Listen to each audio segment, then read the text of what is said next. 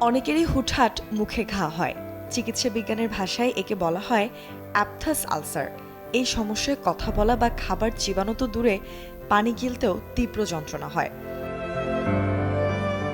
চিকিৎসকরা বলছেন, আমাদের প্রতিদিনের কিছু খাদ্যাভ্যাসই মুখে বারবার ঘা হওয়ার প্রবণতা বাড়িয়ে দেয়।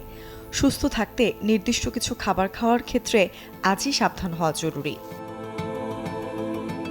লেবু, কমলা, মাল্টা, আনারস, কামরাঙা বা আঙুরের মতো ফল স্বাস্থ্যের জন্য ভালো হলেও মুখের ঘায়ের বড় শত্রু। এগুলোতে থাকা সাইট্রিক অ্যাসিড মুখের ভেতরে নরম আস্তরণে তীব্র জ্বালাপোড়া তৈরি করে এবং ক্ষত সহজে শুকোতে দেয় না। বাঙালি খাবারে ঝাল এবং মশলার আধিক্য থাকে, তবে মুখের ঘা এড়াতে অতিরিক্ত মরিচ, গরম মশলা বা চড়া ঝালের তরকারি পুরোপুরি পরিহার করতে হবে। এগুলো আলসারের প্রদাহকে কয়েক গুণ বাড়িয়ে দেয়। মুখের ভেতর ঘা থাকা অবস্থায় চিপস, টোস্ট বিস্কুট, বাদাম বা চানাচুরের মতো শক্ত এবং ধারালো খাবার চিবানো বিপজ্জনক।